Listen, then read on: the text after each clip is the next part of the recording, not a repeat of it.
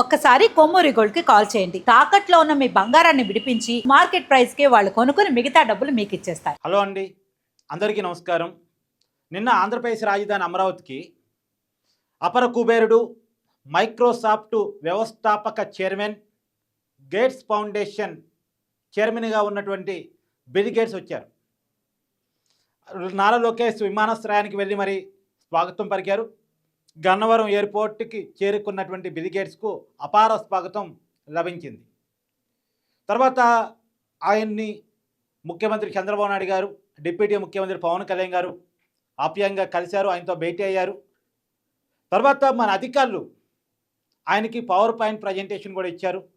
ఇక్కడ gates foundation ఏ విషయాల్లో అయితే అవసరం ఉందో, ఆల్రెడీ గేట్స్ ఫౌండేషన్ సర్వీసెస్ ఆంధ్రప్రదేశ్లో గత కొన్నాళ్ళుగా నడుస్తూ ఉన్నాయి. విద్య, వైద్యం, వ్యవసాయం తదితర రంగాల్లో గేట్స్ ఫౌండేషన్ సర్వీసెస్ మనం ఉపయోగించుకుంటా ఉన్నాం. ఇక రాబోయే కాలంలో కూడా గేట్స్ ఫౌండేషన్ సర్వీసెస్ మనకు అవసరమైనటువంటి కారణం రీత్యా మన ముఖ్యమంత్రి చంద్రబాబు నాయుడు గారు ఆహ్వానించడం, చంద్రబాబు నాయుడు గారితో ఉన్నటువంటి సుదీర్ఘ పరిచయంతో ఆయన ఆంధ్రప్రదేశ్ రాజధాని అమరావతికి రావటం అనేటువంటిది నిజంగా ఒక మంచి పరిణామం. ఇలా అన్ని పేపర్లు కూడా ఆ వార్తని కవర్ చేశాయి. చూడండి, ఇది నేను ఆంధ్రజ్యోతి చూపిస్తున్నాను. Nice, good, great. మన ప్రజెంటేషన్స్, మన సర్వీసెస్ చూసినటువంటి బిల్ గేట్స్ ఆయన సంతోషాన్ని వ్యక్తం చేశారు. రాబోయే కాలంలో ఆంధ్రప్రదేశ్ ప్రభుత్వంతో గేట్స్ ఫౌండేషన్ కలిసి పనిచేస్తుందని ఆయన చెప్పారు. ప్రధానంగా విద్యారంగం, వైద్య రంగం అండ్ వ్యవసాయ రంగం. వైద్య రంగంలో సంజీవని ప్రాజెక్టులో గేట్స్ ఫౌండేషన్ సర్వీస్ ఇవ్వబోతూ ఉంది. సంజీవని ప్రాజెక్ట్ అంటే ఏంటంటే అందరి ఆరోగ్యం సంబంధించినటువంటి సమస్త సమాచారం ప్రభుత్వం దగ్గర పెట్టుకుంటుంది. అతనికి గతంలో ఏ టెస్టులు చేశారు, అతనికి ఉన్నటువంటి ఇబ్బందులు ఏంటి, అనారోగ్య సమస్యలు ఏంటి, మన పూర్తి డేటా, హెల్త్ కండిషన్ సంబంధించినటువంటి పూర్తి డేటాను సేకరించి పెట్టుకోవటం ఆల్రెడీ ఈ సంజీవని ప్రాజెక్ట్ కుప్పంలో పైలట్ ప్రాజెక్ట్గా తీసుకున్నారు. కుప్పంలో అందరి ఆరోగ్య సమాచారాన్ని తీసుకొని ఒక యాప్లో పెడుతూ ఉన్నారు. దాంట్లో గేట్స్ ఫౌండేషన్ సర్వీస్ ఇవ్వబోతూ ఉంది స్టేట్ వైడ్గా కూడా. రేపు ఏ టెక్నాలజీని దానికి అనుసంధానం చేసి ఎవరికి ఏదైనా అయినప్పటికీ కూడా అతను మొత్తం బాడీ రిపోర్టు, అతని హెల్త్ రిపోర్ట్ మొత్తం కూడా ఒక్క ఆధార్ కార్డ్ నెంబర్తో చూసుకోవచ్చు. రేపు ఎవరన్నా ఒక వ్యక్తి ఏదన్నా అనారోగ్య సమస్యతో హాస్పిటల్ పాలైనప్పుడు అతనికి ఏమైంది అనేటువంటి విషయాన్ని చాలా ఈజీగా కనిపెట్టేటువంటి పరిస్థితి. లేదు, అతనికి వచ్చేటువంటి అనారోగ్య సమస్యని ముందే గుర్తించి జాగ్రత్త పడేటువంటి పరిస్థితి. లేదు, రాష్ట్రంలో ప్రజలకు ఉన్నటువంటి ఆరోగ్య సమస్యలను గుర్తించి ప్రభుత్వమే ముందుగా రియాక్ట్ అయ్యేటువంటి పరిస్థితి. దానికోసం అందరి సమస్త ఆరోగ్య సమాచారాన్ని సేకరించబోతూ ఉన్నారు సంజీవని ప్రాజెక్ట్ కింద. ఇప్పటికే కుప్పంలో పైలట్ ప్రాజెక్ట్ కింద తీసుకుంటా ఉన్నారు. దాంట్లో గేట్స్ ఫౌండేషన్ తన సర్వీస్ ఇవ్వబోతూ ఉంది. అలా కాకుండా ఉన్నత విద్యారంగంలో అంటే ఎప్పుడు ఏ కోర్సుకి ప్రాధాన్యత ఉంది, ఏ ఉద్యోగాల క్రియేషన్ ప్రపంచంలో జరుగుతూ ఉంది, సరైన గైడెన్స్ కోసం ఒక టెక్నాలజీని, ఏతో కూడినటువంటి ఒక టెక్నాలజీని విద్యార్థులకు అందుబాటులో తీసుకురాబోతున్నారు. దాంట్లో కూడా గేట్స్ ఫౌండేషన్ సర్వీస్ ఇవ్వబోతూ ఉంది.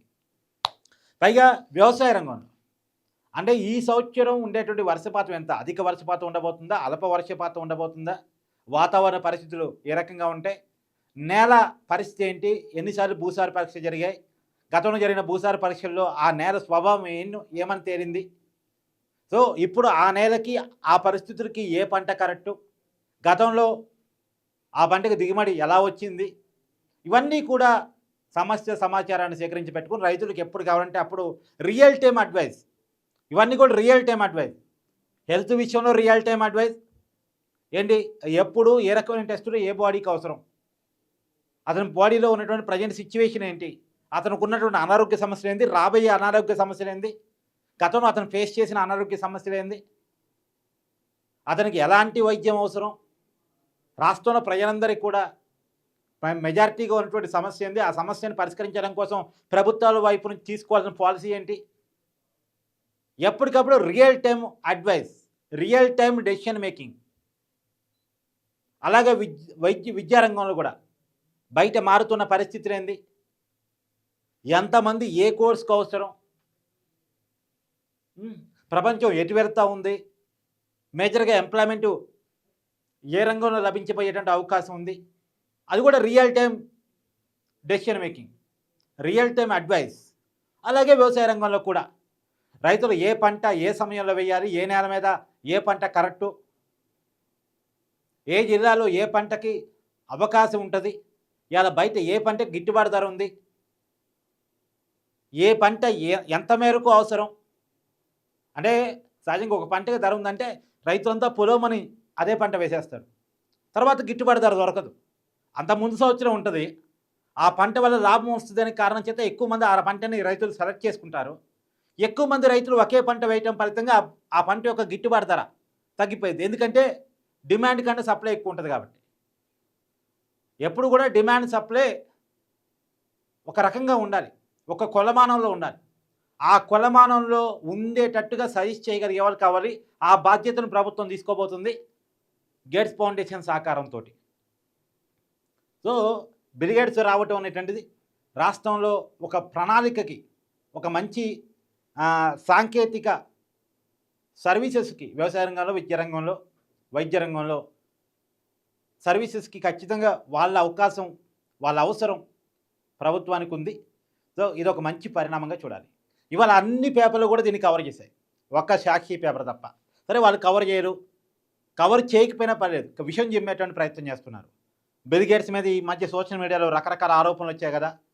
ఆ ఆరోపణలు ముందు పెట్టి బిల్ గేట్స్ రావటం ఏంటి, వీళ్ళు స్వాగతం పలకటం ఏంటి, బిల్ గేట్స్ ఏదో ఎత్తకపోవడానికి వచ్చాడు, బిల్ గేట్స్ ఏదో నాశనం చేయడానికి వచ్చాడు అన్నట్టుగా క్రియేట్ చేస్తున్నారు. ఇది ఒక విచిత్రకరమైన పరిణామం. ఇప్పుడు ఆరోపణల ఆధారంగా ఏవో సోషల్ మీడియా ఆరోపణలు పట్టుకొచ్చి, ఇప్పుడు గౌతమ్ అదానీ మీద కేసు ఉందండి, మరి అదానీ ప్రోడక్ట్స్ మనం ఏమైనా వద్దంటున్నామా, అదానీ పెట్టుబడులు ఏమైనా వద్దంటున్నామా, అదానీతో జగన్మోహన్ రెడ్డి గారు అనేక ఒప్పందాలు చేసుకున్నారు. ఇప్పుడు జగన్మోహన్ రెడ్డి గారి మీద 20 సిబిఐడికి ఈడీ కేసులు ఉన్నాయి.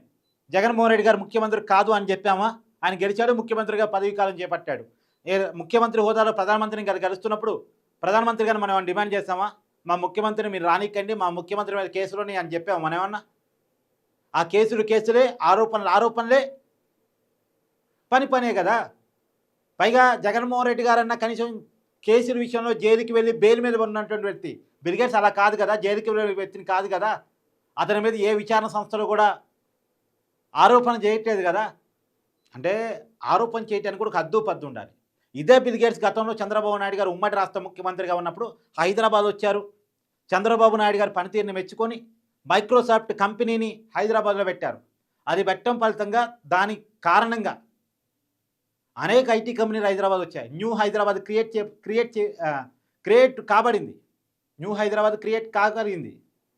ఇవాళ మనం న్యూ హైదరాబాద్ చూస్తున్నాం. ఒకప్పుడు హైదరాబాద్ అంటే Abids, Koti, Narayanguda, Himayat Nagar, RTC cross road. కానీ ఇవాళ Hyderabad Jubilee Hills, Banjara Hills, Gachibowli, hitech city, ఇది కదా మనం చూస్తున్న హైదరాబాదు. దీనికి పునాది ఎక్కడ పడింది, మైక్రోసాఫ్ట్ ఐటీ కంపెనీతో పడింది. చంద్రబాబు నాయుడు గారు ఆహ్వానించారు. చంద్రబాబు నాయుడు గారి గురించి చెకింగ్ చేసుకొని మైక్రోసాఫ్ట్ అధినేత బిల్ గేట్స్ వచ్చారు ఆ రోజు. మామూలుగా బిల్ గేట్స్ రాజకీయ నాయకులకు అపాయింట్మెంట్ ఇవ్వరు, కానీ చంద్రబాబు నాయుడుకి ఇస్తారు. ఎందుకంటే చంద్రబాబు నాయుడుకి ఉన్న విజన్ అది ఆయన తెలుసుకున్నారు. అప్పటి నుంచి ఆ రిలేషన్ కొనసాగుతూ పోతుంది. ఇది రియాలిటీ. సో బిల్ గేట్స్ రాకని మీరు ఎలా చూస్తున్నారు అనేది కూడా కామెంట్ రూపంలో తెలియజేయండి. Thank you.